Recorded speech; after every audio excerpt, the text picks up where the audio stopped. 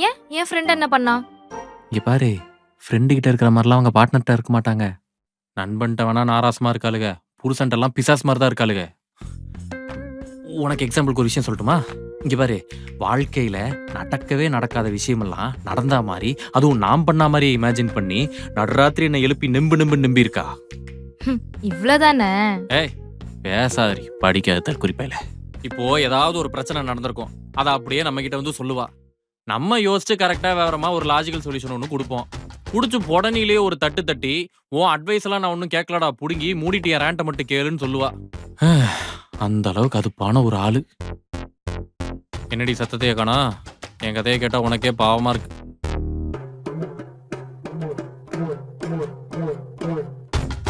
அப்போ இவ்ளோத்தையும் மனசுல வச்சுட்டு தான் என்கிட்ட லவ்வா கொஞ்சி பேசி விளையாடிட்டு ஜாலியா சிரிச்சுக்கிட்டு இருந்தியா? கேவலமா இல்ல உனக்கு? இல்ல இல்ல இல்ல இல்ல, இங்க பாரு, நீ வந்து தப்பா புரிஞ்சுக்கிட்டு இருக்க. அது நம்ம ஹேமா இருக்கால, இன்னொரு வீட்டுல போய் வாழ போற ஒரு பொண்ணு. அதுல ஒரு 4 நாத்தனார் கொழுந்தாரெல்லாம் சமாளிக்கணும்னா உன்ன மாதிரி விவரமா இருக்கணும், அவளை பார்த்து கத்துக்கோன்னு உங்கதே தான் சொல்லிட்டு இருந்தேன். மத்தபடி நீ வந்து தப்பா புரிஞ்சுக்காத, ஒரு மிஸ்கம்யூனிகேஷன், அவ்வளவுதான். இங்க பாரு நான் சொல்றது ஒரு செகண்ட்.